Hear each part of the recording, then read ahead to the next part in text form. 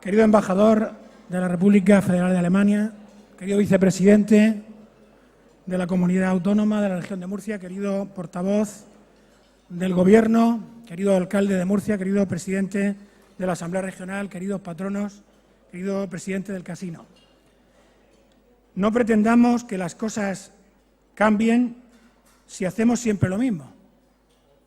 Las situaciones de crisis también son situaciones de oportunidad. Decía Albert Einstein que la creatividad nace de la crisis como el día nace de la noche oscura.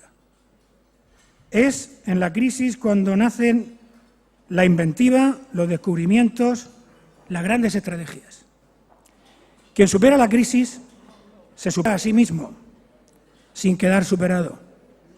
Quien solo atribuye a la crisis sus fracasos al final violentan más su propio talento y respeta al final más los problemas que las soluciones. Todas las crisis y las que vivimos en este país, especialmente la que vivimos en este país, no son negativas. Sin la crisis no hay desafíos. Sin desafíos, la vida es una lenta agonía. Hablar de crisis es promover su solución. Callar en la crisis es exaltar el conformismo. Por eso, en vez de exaltar el conformismo, hoy nos reunimos aquí para trabajar juntos y para trabajar duro. Acabemos de una vez con la única crisis amenazadora, que es la tragedia de no querer luchar por superarla. Y por eso, con esa vocación, hoy nace el Foro Nueva Murcia. El foro que es una iniciativa de la sociedad civil murciana, con el apoyo de estos 8 patronos de la Fundación del Foro Nueva Murcia y con el sustento también de otras 2 empresas murcianas que colaboran en este puntual encuentro. Lo abrimos además con una ocasión especial. Nuestra vocación es que Murcia sea noticia, recuperar para Murcia el lugar que corresponde, encontrar un foro de opinión, un debate plural que ponga a Murcia en el lugar que merece. Él lo dijo en Murcia, pasó en Murcia, sucedió en Murcia, que adquiera carácter de noticia como se merece la región de Murcia. Ayer saben ustedes que hubo unas elecciones generales en Grecia de una enorme trascendencia. Hoy la noticia está en lo que diga el Gobierno de Alemania. Bien, pues la palabra del Gobierno de Alemania está hoy en Murcia. Hoy Murcia es noticia con la presencia, y nos honra para ello, del embajador de la República Federal de Alemania, que ya después intervendrá, pero que yo les anticipo que es uno de los discursos más europeístas, que ha sido y es la mano derecha tanto de Schröder como de Angela Merkel, y que no se puede entender hoy la política económica europea sin voces como la del señor Silberberger. Dicho esto, poner de manifiesto que el Foro Nueva Murcia nace con vocación de continuidad, que por aquí pasarán líderes políticos, que por aquí pasarán miembros del Gobierno, que por aquí pasará algún premio Nobel, que por aquí pasarán líderes deportivos, líderes sociales y líderes culturales. Todo ello al esfuerzo común de una empresa matriz que es MB Comunicación, al esfuerzo del foro, que hoy ha elegido su presidente, y también a la colaboración del Consejo Asesor, que me honro en presidir, y que cuento con compañeros que dan categoría, edad y relieve a este proyecto y a esta aventura. Sin más, les dejo a ustedes con el presidente recientemente elegido, esta misma mañana, del Foro Nueva Murcia, José Luis Mendoza. Buenas tardes.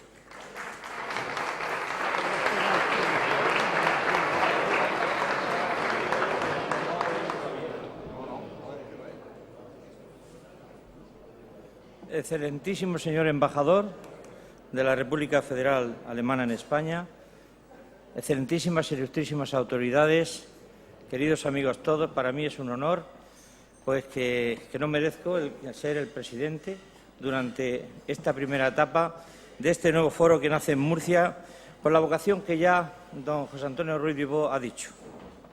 Un verdadero foro de debate, de opinión, de pensamiento, de radiación de cultura, de riqueza, donde podamos debatir libremente y donde podamos hacer presente no solamente en Murcia, sino fuera de nuestra región, a nivel internacional, la riqueza de nuestra región, la grandeza de nuestro pueblo, de nuestra tierra y de nuestra gente.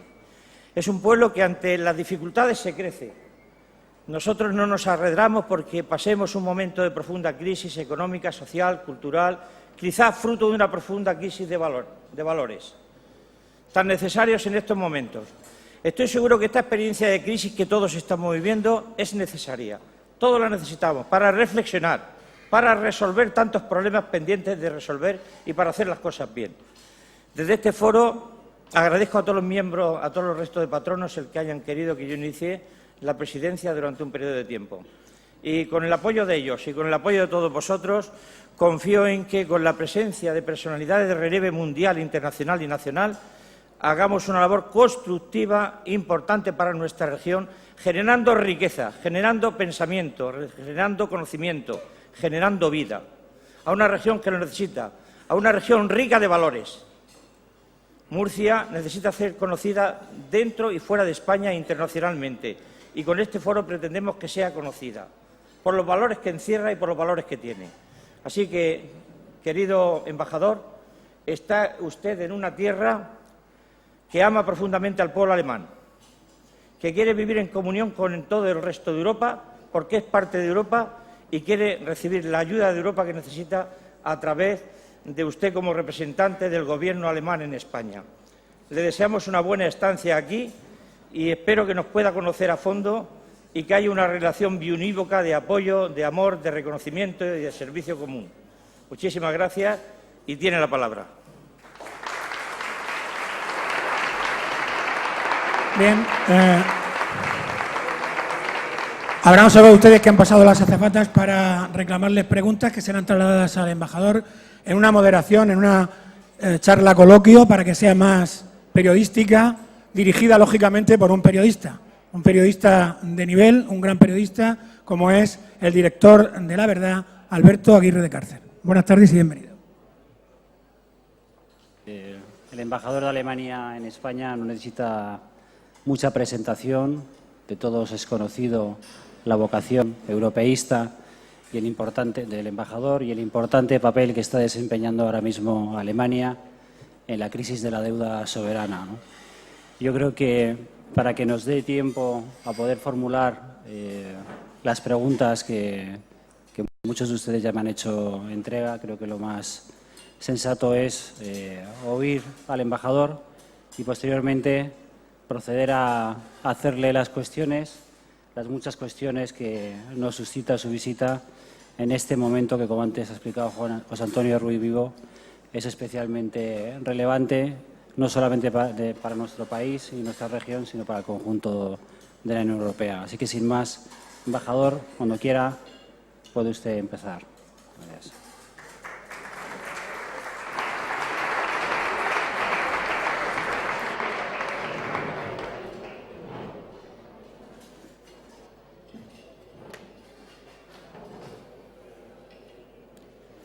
Señor Vicepresidente del Gobierno, señor Presidente de la Asamblea Regional, señor Consejero Portavoz, señor Alcalde de Murcia, señor Presidente del Foro Nueva Murcia, señores y señores.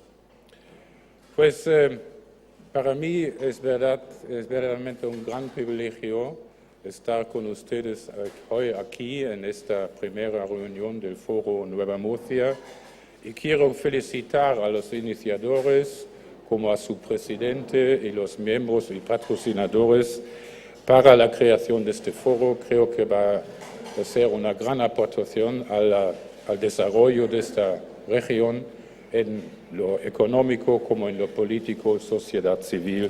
Mis felicitaciones.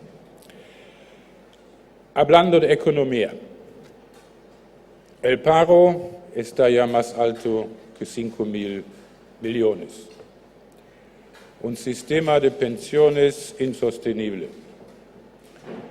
El déficit del Estado casi fuera del control y el déficit de las regiones también casi fuera de control. Un sistema de sanidad pública deficitaria, un derecho laboral muy rígido y una administración pública que conoce muy bien el doble trabajo que se está haciendo. Pues yo no estoy hablando de España, estoy hablando de la Alemania del año 2001-2002. Y todos estos temas me parece que son ya conocidos a ustedes. ¿Qué había pasado en Alemania los años anteriores como consecuencia de la unificación de mi país? La economía había perdido competitividad. El gasto público subió muchísimo por la fuerte inversión que tuvimos que hacer en el este de nuestro país y eso causó todos los problemas que acabo de mencionar. Alemania tuvo la suerte de enfrentarse a estos problemas en una situación internacional bastante positiva. No había crisis financiera como la estamos viviendo ahora y eso hace muy complicada la situación de España. Pero permítanme primero de leer un poco mi discurso y después estoy dispuesto a contestar a sus preguntas. Creo que este mes de junio 2012 algún día se va a considerar uno de los momentos claves en la superación de la crisis económica y financiera. Ayer tuvimos elecciones en Grecia, elecciones muy importantes con un resultado que favorece al euro, porque los partidos que están en favor de mantener Grecia en el euro tienen la mayoría suficiente para formar un gobierno. También este mes de junio es importante porque durante el Consejo Europeo, eso es la reunión de los jefes de Estado y Gobierno, el día 28 y 29 de este mes, ellos negociarán el rumbo que se debe tomar para definir el futuro desarrollo del euro. Y este es un mes clave, como saben todos ustedes ya, porque España había solicitado apoyo financiero para la banca española a través de fondos de rescate. El debate acerca del camino correcto hacia la superación de la crisis entró también en una nueva dinámica recientemente. Y un elemento de esta discusión es la discusión entre los que promueven la política de austeridad y los otros que promueven una política de crecimiento. Y parece que esto se excluye mutuamente, pero yo creo que no es así. Yo creo que la política de austeridad y política de crecimiento son los dos lados de una y la misma medalla. Yo creo que es erróneo que la consolidación presupuestaria evita crear trabajo. Desde algunos 10 años en Alemania hacemos la experiencia que la política de disciplina presupuestaria y reformas estructurales orientadas hacia el crecimiento van juntos muy bien. Europa también superará la crisis así, de esta manera, combinando la disciplina presupuestaria con el crecimiento económico. Por supuesto, se puede discutir largo y tendido sobre la manera en cómo combinar las dos cosas. Más adelante volveré sobre este asunto. Empecemos primero por el origen de la crisis financiera económica.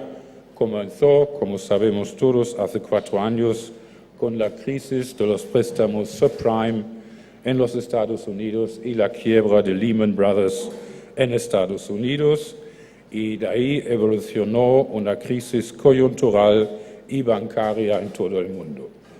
En España se hundió el mercado inmobiliario y los estados europeos aprobaron, España como Alemania como los demás, programas coyunturales de amplio alcance y apoyaron con dinero público a los bancos en apuros.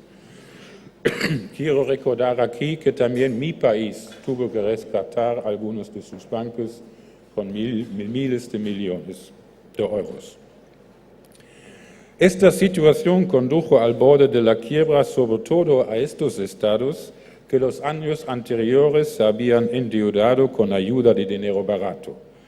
Además, los programas coyunturales financiados mediante deudas no tuvieron un efecto positivo en aquellos países cuya economía había perdido competitividad de forma masiva, también por la ausencia de reformas estructurales.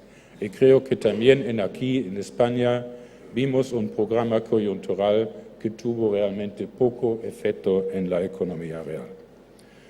Como consecuencia, disminuyó la confianza de los mercados en la capacidad de pago de algunos estados europeos.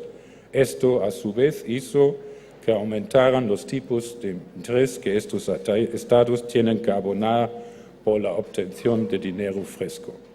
Países como Grecia, Portugal y Irlanda no pudieron soportar esta presión y tuvieron que refugiarse al rescate del Fondo Europeo de Estabilidad Financiera.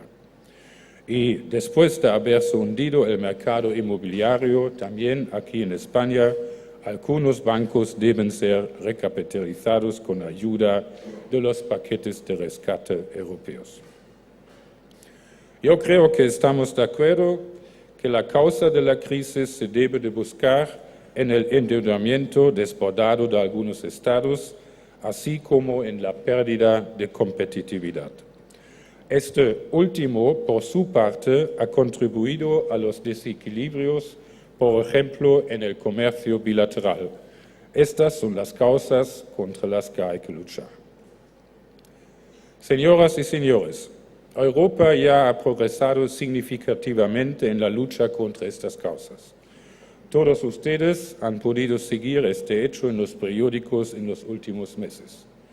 Los instrumentos que ha creado Europa son el Pacto Fiscal, actualmente en fase de ratificación, el Pacto por el Euro Plus, que es un pacto para el crecimiento ya, y los dos fondos o mecanismos de rescate, el Fondo Europeo de Estabilidad Financiera y el Mecanismo Europeo de Estabilidad. Y ahora me gustaría hablar un poco de esto, porque siempre hay que recordar los instrumentos que ya tenemos. El desborde de la deuda pública solo lo combatiremos mediante la reducción de la nueva deuda a ser posible a cero. A escala de la Unión Europea, esto se ha logrado con el llamado Pacto Fiscal, actualmente en fase de ratificación. Este elimina un fallo de la construcción de la Unión Económica y Monetaria existente hasta la fecha. Si bien hasta ahora ya había reglas claras relativas a la disciplina presupuestaria, hoy sabemos que se infringieron una y otra vez, y eso incluye a Alemania también. Alemania también pasó el 3% del déficit algunos años, como Francia y todos los demás. El pacto fiscal va a cambiar la situación y en el futuro impedirá exactamente esto. Preverá que los estados integren frenos a la deuda a ser posible en sus constituciones, como ya lo han hecho España y Alemania, y se establece el objetivo claro de que el déficit estructural de los presupuestos anuales no puede superar el 0,5%. Y después, esto es un gran alcance, una automatización del procedimiento de déficit excesivo garantiza en el futuro que los estados no podrán eludir este último con acuerdos recíprocos en el Consejo, y eso es exactamente lo que pasó en el pasado. Además, se regula claramente que los estados que incumplan las condiciones de déficit deberán iniciar un partenariado de reformas con la Comisión. ¿Qué quiere decir eso? Esos son los famosos hombres de negro. Esos son los hombres de negro que negocian un programa para un país que está en déficit, un programa de reformas. Es urgente que los estados que no lo han hecho ya ratifiquen cuanto antes este pacto fiscal, porque solamente así podemos recuperar la confianza en la capacidad de actuación de Europa en la crisis. Además, también España ha alcanzado logros importantes en el ámbito de la consolidación presupuestaria y hoy hablé con el presidente que tomaron la decisión esta mañana de presupuestos, ahora está en sus manos, señor presidente. El nuevo gobierno de Mariano Rajoy siempre ha dejado claro que quiere cumplir los objetivos de déficit establecidos por la Unión Europea para este año y los que vienen. En el año fiscal actual prevé un ahorro de 24.000 millones de euros. Este merece un gran respeto por parte de los socios europeos y Alemania tiene este respeto. Nosotros sabemos que estos recortes, estas reformas son muy dolorosas, pero también sabemos que no hay alternativa. Es el camino correcto para poner las bases para la salida de la crisis. Con estas decisiones, el gobierno español ha querido dejar claro que quiere luchar contra la deuda pública como causa principal de la crisis. Este camino no tiene alternativas, solo así se podrá recuperar la confianza de los mercados. Señoras y señores, la disciplina presupuestaria no está reñida con el crecimiento económico, como se viene afirmando una y otra vez. Recientemente volvimos a leer en los periódicos que la política de austeridad impide el crecimiento económico. Estamos ya en una fase de austeridad en España. Uno se puede preguntar si un déficit, el 8.9 el año pasado, si esto ya se puede llamar política de austeridad, o en déficit para este año 5.3 es todavía un déficit, se puede llamar política de austeridad, una pregunta.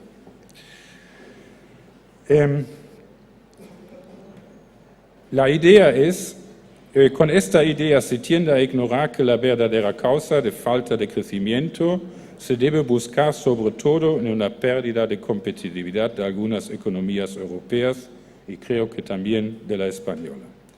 Sin unas reformas estructurales claras, no se podrá generar un crecimiento sostenible. Así pues, es necesario que la política financiera orientada hacia la disciplina presupuestaria se complemente con reformas en las políticas laboral, social, sanitaria, financiera, económica y administrativa, y eso es exactamente la agenda del gobierno de Mariano Rajoy. El pacto fiscal mencionado, en el pacto fiscal mencionado, los Estados miembros han acordado una mejora de la gobernanza en Europa. Hasta ahora tuvimos una muy floja coordinación de la política económica y financiera, y con el pacto fiscal esto lo vamos a fortalecer. En el futuro queremos evitar la divergencia de la competitividad de las economías y, en consecuencia, los desequilibrios económicos. Además, es importante perfeccionar el mercado interior y eliminar obstáculos comerciales a nivel europeo. Así pues, los jefes de Estado y de Gobierno de la Unión Europea volverán a reunirse últimos de este mes y tratarán las medidas adecuadas para lograr todo ello. En el pasado ya se aprobaron una serie de medidas a escala europea que pueden contribuir a reforzar la competitividad de nuestras economías. Cabe citar, por ejemplo, las medidas que están en el otro pacto que hemos concluido, el Pacto por el Euro Plus. Ahí acordamos objetos comunes que para la política de los gobiernos de los Estados miembros por ejemplo, en la política relativa al mercado laboral o en cuanto a la sostenibilidad a largo plazo de las finanzas públicas.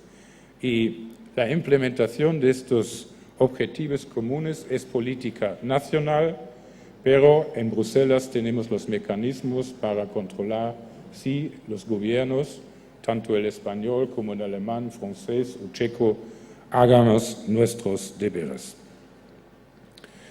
Sin embargo, la responsabilidad primera de la competitividad de las economías recae, como digo, en los Estados miembros. Mediante reformas, estos deben implementar estos objetivos acordados en Bruselas. Hasta la fecha, España ha cumplido este cometido de manera ejemplar. La reforma del mercado laboral ha sido muy audaz y ha contribuido a una flexibilización del mercado laboral y en el futuro hará más atractivas las nuevas contrataciones. Y con la reforma sanitaria actualmente en camino, se podrá ganar en eficacia y en consecuencia se puede ahorrar. Ahora, sobre todo aquí en España, es la tarea importante el saneamiento del sector financiero, resentido por motivo del hundimiento del mercado inmobiliario, sobre todo de las antes cajas de ahorro. Ahora España se puede apoyar en este campo en sus socios europeos, quienes le proporcionarán 100.000 millones de euros del paquete de Fondo de Rescate Europeo.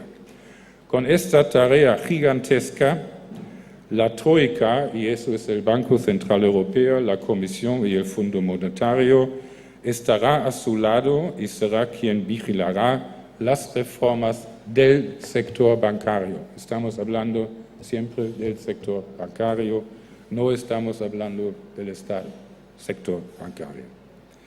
La decisión del Gobierno a someterse al procedimiento ha sido muy valiente. Los índices demuestran ya que la economía española ha ganado en competitividad.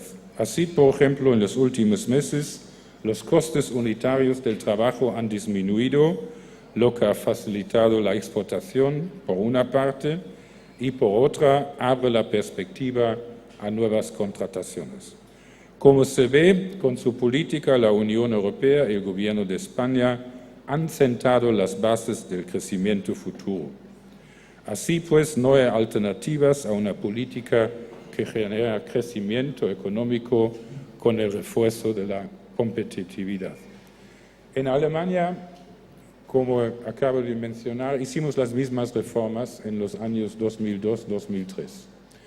Y nuestra experiencia fue que los efectos positivos llegaron con un retraso de entre 18 o 24 meses. Claro, el entorno era distinto, no teníamos una crisis financiera como la que estamos viviendo, pero creo que es realista que a partir de la segunda mitad del año que viene se ven los primeros frutos de las reformas y ojalá empiece España, vuelve a crecer la economía española. En este contexto vale mencionar el crecimiento económico por llamadas programas coyunturales. Estos programas no pueden tener éxito si no se hicieron las reformas estructurales antes. Yo creo que estos programas solamente crean trabajo si las reformas ya están hechas. Y al otro lado, ellos aumentan los tipos de interés, lo que encarece los créditos también a la empresa y impide las inversiones privadas.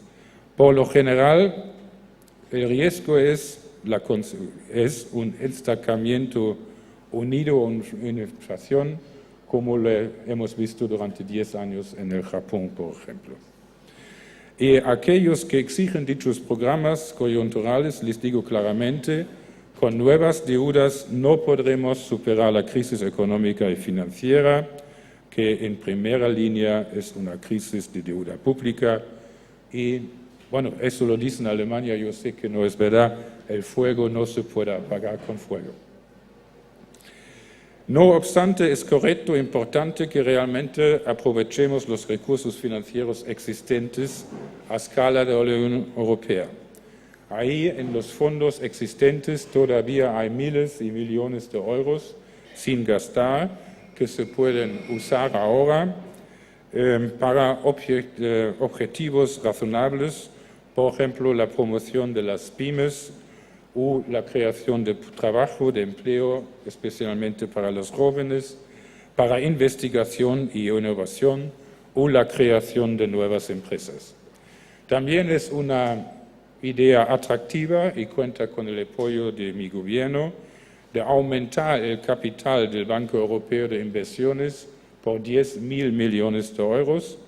De esta manera, BEI podría dar mucho más crédito al desarrollo regional y a la cohesión en Europa. Así que todavía hay mucho dinero disponible al nivel europeo. El Banco Central Europeo, sin embargo, no es la fuente adecuada para la financiación. La arquitectura de los tratados lo ve como un órgano para garantizar la estabilidad de nuestra moneda y no como una instancia para el crecimiento económico. Eso es el modelo Bundesbank, el Banco Central alemán, jugaba este papel completamente independiente y como único reto es garantizar la estabilidad de nuestra moneda. Así está en los tratados. Por eso es erróneo pedir que los estados que tienen dificultad de financiarse en los mercados que reciban ayuda directa por parte del Banco Central Europeo. Eso no está previsto en los tratados. El BCE no es el último prestamista. Eso está excluido en los tratados. Y de vez en cuando leo en el periódico que Alemania dice que no. No es que Alemania dice que no, está prohibido. Está simplemente prohibido. Estamos hablando de la intervención del Banco Central Europeo en el mercado primario. Quiere decir comprar deuda soberana directamente de los gobiernos. Eso está prohibido. Lo que estaba haciendo el banco es comprar deuda soberana en el mercado secundario. Eso sí está permitido y el banco, como ustedes saben, lo ha hecho a menudo. Y mi gobierno no lo ha comentado. Yo no conozco ningún comentario por parte de un ministro o de la canciller criticando al banco o apoyando al banco. Para nosotros el banco es absolutamente independiente, lo respetamos y no comentamos sus actuaciones. En conclusión, me gustaría decir algo sobre el papel de Alemania en la superación de la crisis. Alemania apuesta por dos cosas. Primero, la política presupuestaria y segundo, el crecimiento. Y lo que se lee que Alemania hoy es menos europeísta que antes. Y no presta la solidaridad necesaria a sus socios europeos. Insisto, esto también es falso. Alemania efectúa con 211.000 millones de euros. 211.000 millones de euros, con distancia la contribución más grande a los fondos de rescate, los dos mencionados. Por ello, países como Grecia, Portugal y Irlanda se les pudo asignar los medios financieros necesarios. Hablar de falta de solidaridad teniendo una suma de 211.000 millones de euros, a mí me parece un poco insolente. El reproche de falta de solidaridad frecuentemente también se justifica con que Alemania se vuelve en contra de una comunitarización de la deuda soberana, por ejemplo, mediante los famosos eurobonos, y de la responsabilidad financiera, por ejemplo, mediante una unión bancaria europea. Es correcto que Alemania actualmente no considera ambos medios como medios adecuados para la superación de la crisis y por razones democráticas. Introducir eurobonos quiere decir tener una responsabilidad común sin control común, porque actualmente no tenemos los controles, no puede funcionar. Yo veo al presidente del Parlamento, si el Parlamento de un país decide gastar mucho dinero, automáticamente el otro país con su Parlamento está implicado, porque con responsabilidad común asumen la responsabilidad de que los acreedores reciban algún día su dinero. Volveré sobre el tema de eurobonos al final.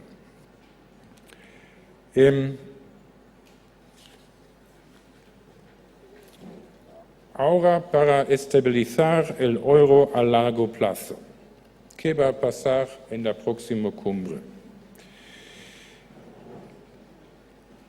Todos nosotros hemos podido seguir en los medios de comunicación que los jefes de las instituciones europeas, el presidente del Consejo Europeo, el presidente de la Comisión, el presidente del Banco Central Europeo y el presidente del Eurogrupo, están elaborando un plan de reforma extenso.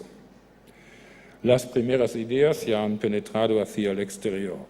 Y las ideas son las siguientes: una responsabilidad común en forma de una unión bancaria y una comunitarización de las deudas. Eso es lo que en el momento no tenemos. En la opinión del gobierno federal, esto presupone inevitablemente también una integración políticamente más amplia. Con otras palabras, el traspaso de los derechos de soberanía, en particular en el ámbito de la competencia presupuestaria. Sin ella, la comunitarización de la deuda pública sería profundamente antidemocrática. Porque, como acabo de mencionar, los ciudadanos de un país tendrían entonces que avalar por las deudas de otros países en cuyos gobiernos no podrían participar o no tendrían ninguna influencia sobre su política económica. Mientras que cada Estado miembro aún pueda decidir de forma soberana sobre su presupuesto de Estado y la toma de créditos, no puede haber una responsabilidad colectiva. Eso es claro. Alemania está dispuesta a ceder más derechos de soberanía. Queda por verse si otros países también traen esta disposición. Así pues, a Alemania no le falta solidaridad. El gobierno federal tiene la firme convicción que superaremos la crisis con el acoplamiento de la disciplina presupuestaria y el fortalecimiento de la competitividad. Eso debe de ir acompañado de un empleo específico de los fondos presupuestarios a escala de la Unión Europea. En este camino, España y Alemania ya han avanzado ya con éxito. Desde mi punto de vista, actualmente no hay motivo para caer en la depresión. Todos nosotros podemos contribuir para la superación de la crisis. Y también nosotros en la Embajada de Alemania estamos planeando una serie de proyectos. Próximamente se celebrará una conferencia de inversores bajo el copatrocinio de la canciller federal Angela Merkel y el presidente del gobierno Mariano Rajoy el día 6 de septiembre en Madrid. La idea es traer inversores alemanes a España. Yo siempre tengo que leer que los jóvenes españoles que se van a Alemania, bueno, es mejor traer trabajo donde haya la gente, y esto es la idea de traer inversiones alemanas aquí. Pues llegando al final, yo creo que España es un país fuerte, tiene un gran potencial, tiene empresas grandes, empresas fuertes, algunos de ellos incluso están invirtiendo fuertemente en mi país, y tiene empresarios muy creativos. Yo creo que no hay razón para ser pesimista, sino al contrario, optimista. Vamos a pasar por una fase muy, muy difícil y muy delicada, pero soluciones simples nunca las hay. El camino que este gobierno ha comenzado es el correcto y a mediano plazo va a traer resultados positivos. Muchísimas gracias.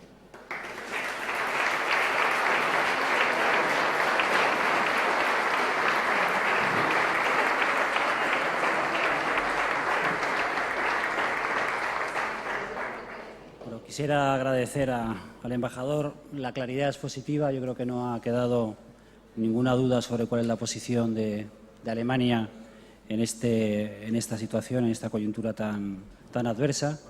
Le voy a pedir ahora, le voy a formular una serie de preguntas, buena parte de ellas elaboradas, redactadas por los presentes. Lo que sí le voy a pedir es un poquito de brevedad y de síntesis para que nos dé tiempo a contestar a todas, ¿no? En primer lugar, embajador, le quería preguntar sobre el tema de la prima de riesgo. Hoy la Unión Europea ha respirado, ha conseguido un balón de oxígeno después de los resultados obtenidos en Grecia con la victoria de los partidarios del rescate y del euro. Sin embargo, la prima de riesgo española hoy en los mercados ha batido su récord desde que se creó el euro, ha alcanzado los 580 puntos. Todos los analistas opinan que puede ser debida, de alguna manera, a las dudas sobre la banca española, en concreto sobre el préstamo de 100.000 millones. Yo lo que le quiero preguntar es, ¿cree usted que esas dudas se centran en la solvencia de nuestros bancos o es la indefinición, los términos de ese préstamo que todavía están por concretar, lo que está causando nerviosismo y turbulencias en el mercado? Bueno, los mercados son súper nerviosos. Eso lo hemos visto durante las últimas semanas por varias razones. Grecia, obviamente, es una de las razones. Ahora tenemos la posibilidad de tener un gobierno en Grecia estable, con los dos partidos que mantienen el país dentro del euro, y eso va a ayudar a tranquilizar los mercados. Pero los mercados son como son. Y los representantes de estos mercados siempre dicen, nosotros somos los más racionales. No, no lo son. No lo son. También en los mercados hay un elemento de espontaneidad, de irracionalidad, y con eso tenemos que vivir. Pero yo creo que ahora tenemos que negociar con España las condiciones bajo las cuales se van a dar estos 100.000 millones para la banca española. No debía de ser tan difícil, pero claro, estas negociaciones se pueden hacer solamente cuando vemos claramente qué dimensión tiene el agujero negro. Bien, usted ha dejado claro antes en su intervención por qué Alemania se opone a que el Banco Central Europeo inyecte dinero o dé ayudas directas. Ha explicado que se trata porque lo prohíben los tratados europeos, y también ha expresado la posición contraria de Alemania a los eurobonos que piden Francia y España. Mañana nuestro país, Tesoro, tiene que hacer una emisión de deuda importante con una prima de riesgo por montado muy alta. ¿Qué alternativas propone Alemania para que esa emisión que hace unos días calificaba de insostenible en el tiempo el ministro de Guindos se pueda producir? Lo que necesita España es liquidez, eso es obvio, para que haya crédito a la empresa pequeña, para crear trabajo.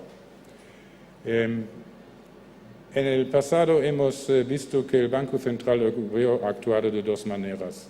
Una vez estaba activo en el mercado secundario, comprar deuda soberana de Grecia, Portugal, pero también España, y en 2 ocasiones ha abierto el grifo y 2 veces 500.000 millones de euros ha introducido este dinero a la banca. Nosotros no hemos comentado esto, pero creo que fueron medidas que han ayudado en estos momentos. Eurobonos, ya expliqué, actualmente no son posibles, porque estarían en contra del tratado.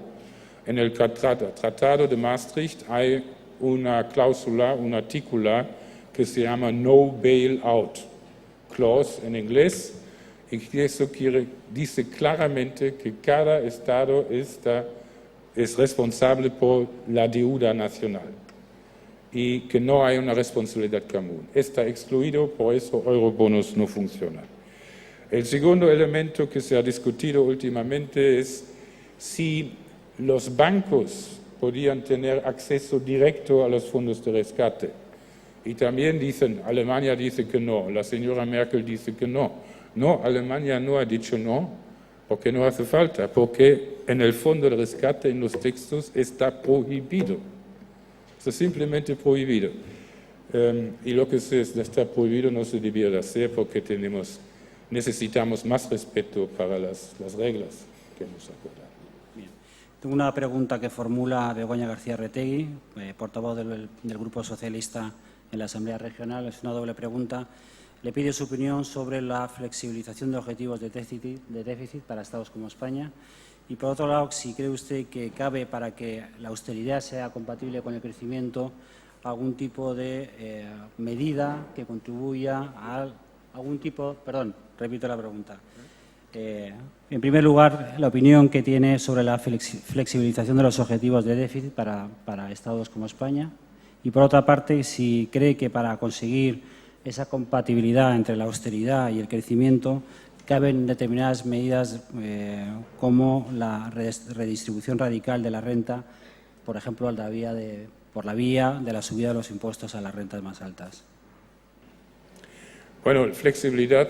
Creo que la Comisión ya hizo la propuesta de darle a España un año más para reducir el déficit debajo del 3%, quiere decir hasta el año 2014. Esa idea está ahora sobre la mesa y en los gremios competentes hay que tomar la decisión al respecto.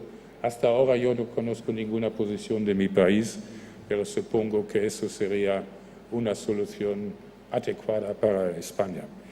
La segunda pregunta era ahora de... Sí, cree que para contabilizar crecimiento y austeridad una buena medida sería, por ejemplo, la subida de los impuestos a las rentas más altas.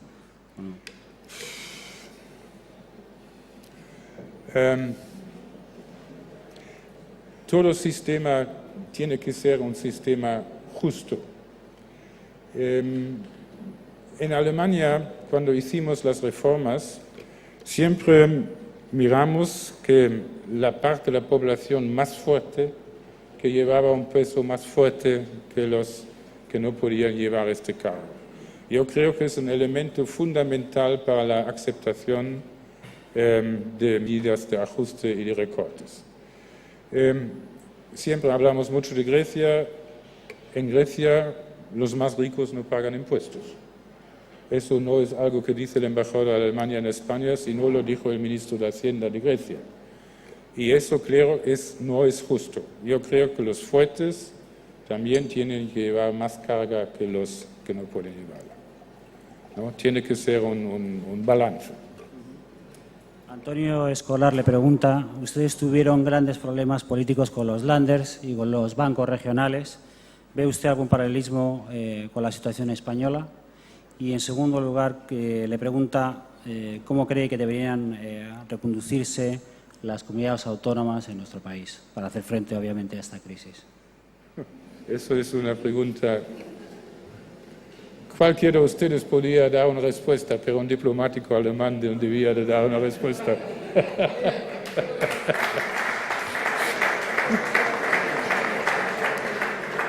En Alemania tuvimos que reformar nuestra Constitución porque en muchos ámbitos había actividades del gobierno central y de los Bundesländer que corresponden a las comunidades autónomas aquí. Y con esta reforma hemos separado claramente las competencias del Estado federal, del Estado central y de las comunidades para evitar doble trabajo. Y este paso por sí mismo ya ha reducido el gasto en la administración pública. pero no quiero ir más lejos. Yo he advertido que es muy difícil sacar un titular a un diplomático y sobre todo con la experiencia que tiene aquí el embajador, pero bueno, las cosas que está comentando son desde luego bastante interesantes. ¿No teme Alemania que las dificultades que están atravesando países como España e Italia a medio plazo puedan también lastrar el crecimiento de Alemania, que esta apuesta tan férrea por la austeridad de alguna manera luego afecte a sus exportaciones y a su propia economía? Sí, las exportaciones alemanas están afectadas por la situación económica en la Unión Europea. Nosotros quizás no sufrimos tantos porque la industria alemana quizás es la más globalizada entre las industrias europeas. Nuestros mercados principales todavía son los mercados europeos, pero mercados como los BRICS, Brasil, Rusia, India, China, Indonesia, Vietnam, son cada vez más importantes para nosotros. Y el crecimiento de muchas empresas fue un crecimiento gracias a las importaciones de China y de otros países asiáticos. Así que las cosas están cambiando poco a poco, pero hasta hoy es decisivo la exportación hacia los mercados europeos. Miguel María Delgado, de GTM Televisión, le pregunta si todas las recetas económicas convencionales fallaran, ¿existe un plan B en Europa? Como funcionario yo trabajo en el tema de Europa desde más que 22 años y nunca hubo plan B, siempre hubo un plan C.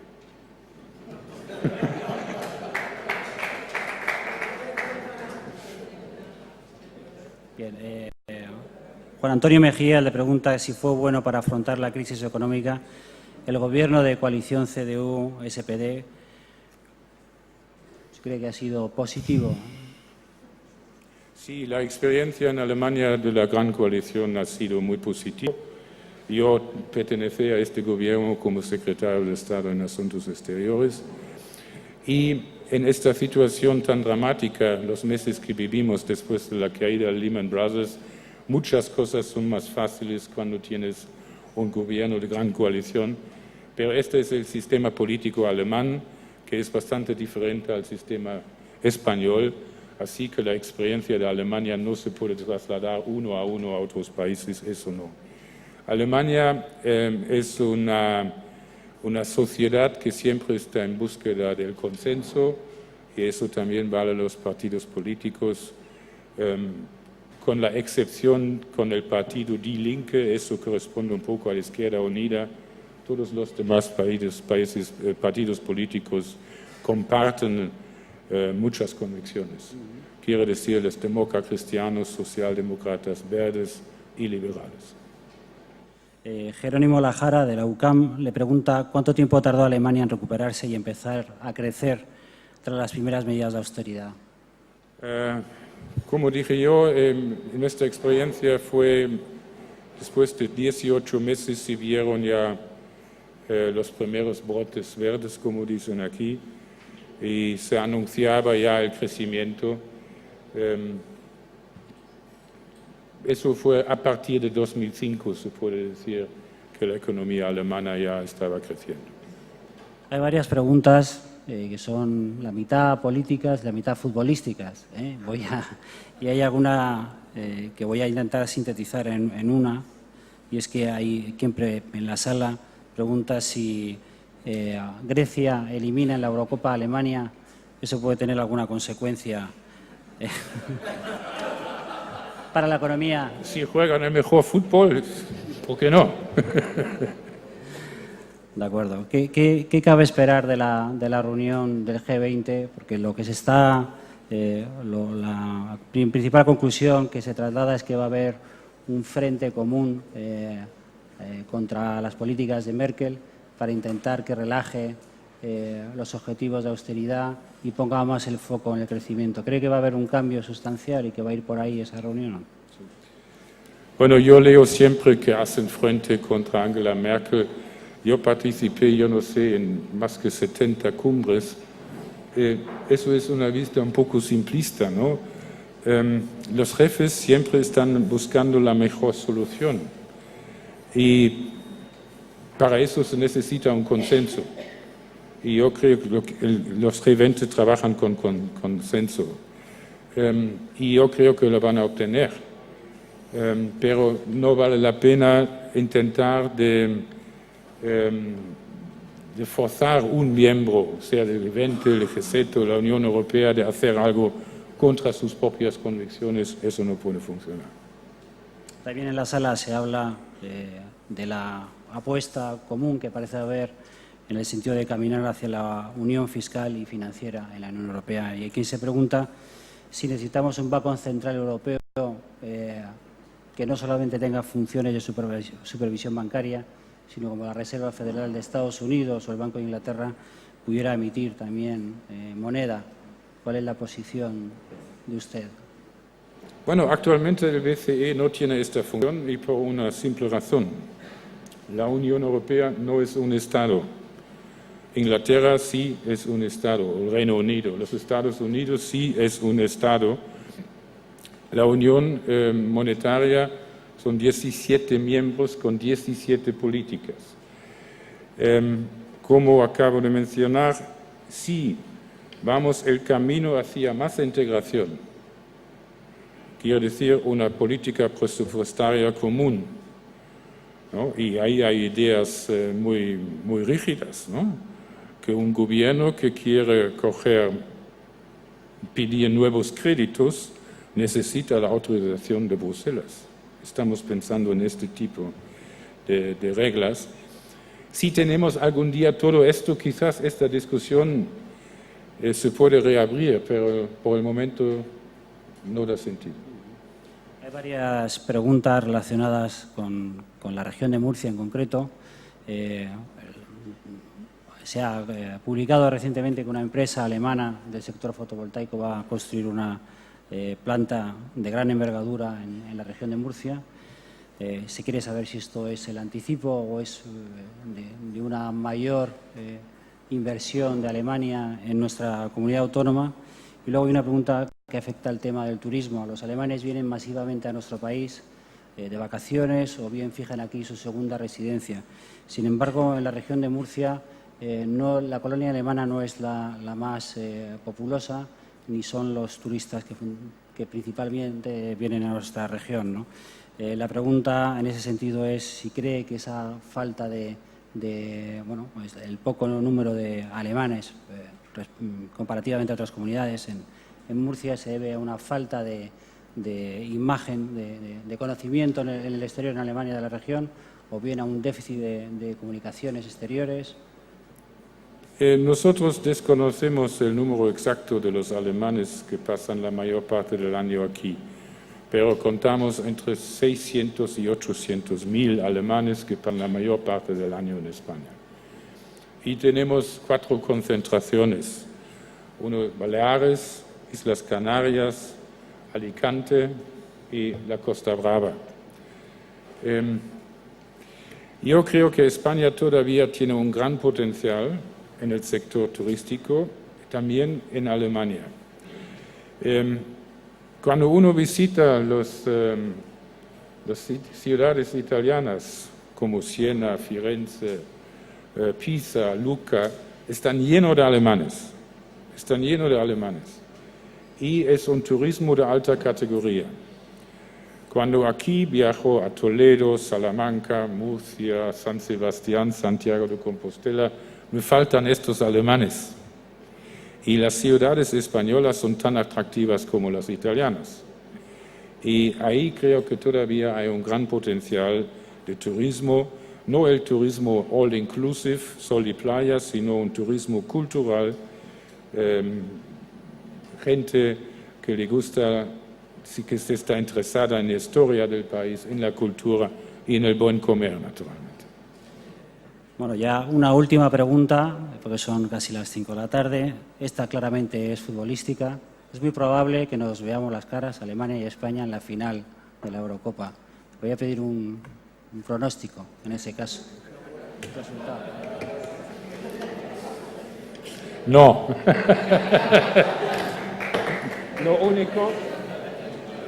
Lo único que voy a decir, y siempre lo decimos mi esposa y más yo, antes de un partido España-Alemania, vamos a ganar.